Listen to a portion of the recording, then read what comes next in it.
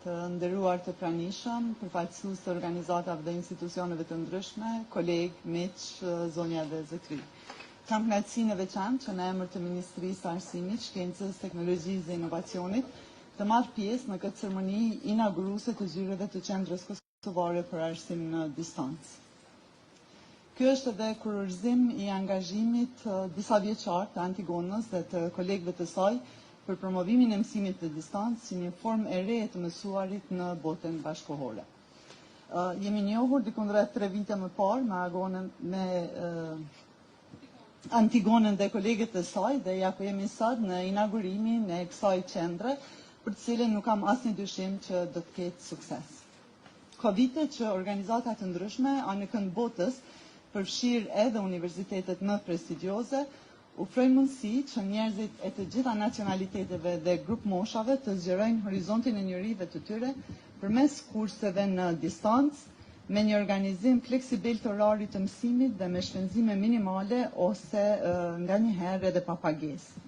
Gama e kurseve që ofrohen është të gjerë, duke filluar që nga përqendrimi në shkatësitë praktike të jetës e deri tek njohuri shumë specifike profesionale e shkencore.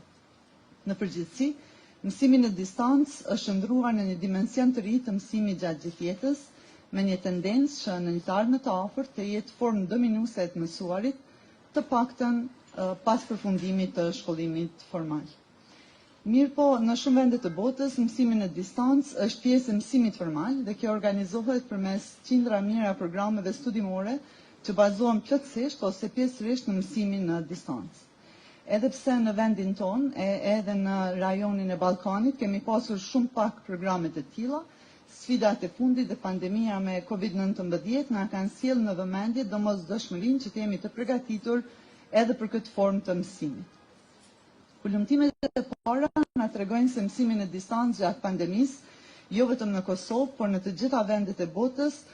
nuk është treguar si një zaventësim i përshtatshëm dhe i plotë për mësimin në prezencë. Mirëpo, jemi shumë të vetëdijshëm se kjo nuk ka ndodhur për shkak se mësimi në distancë është inferior si formë në raport me mësimin në prezencë, por edhe për shkak të faktit se asnjë vend në botë nuk ka pas resurse të tilla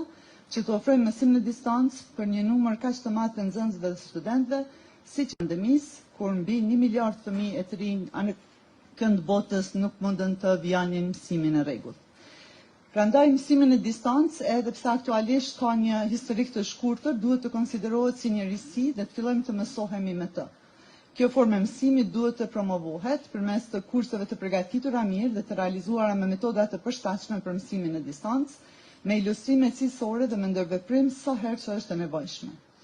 Organizatat si Qendra Kosovare për mësimin në distancë kanë për mision tashmë edhe promovimin e kësaj qasje dhe duhet të shërbejnë si një bërim informacioni edhe për të tjerët, në kuptim të përcaktimit të metodave dhe formateve për realizimin e mësimit në distancë,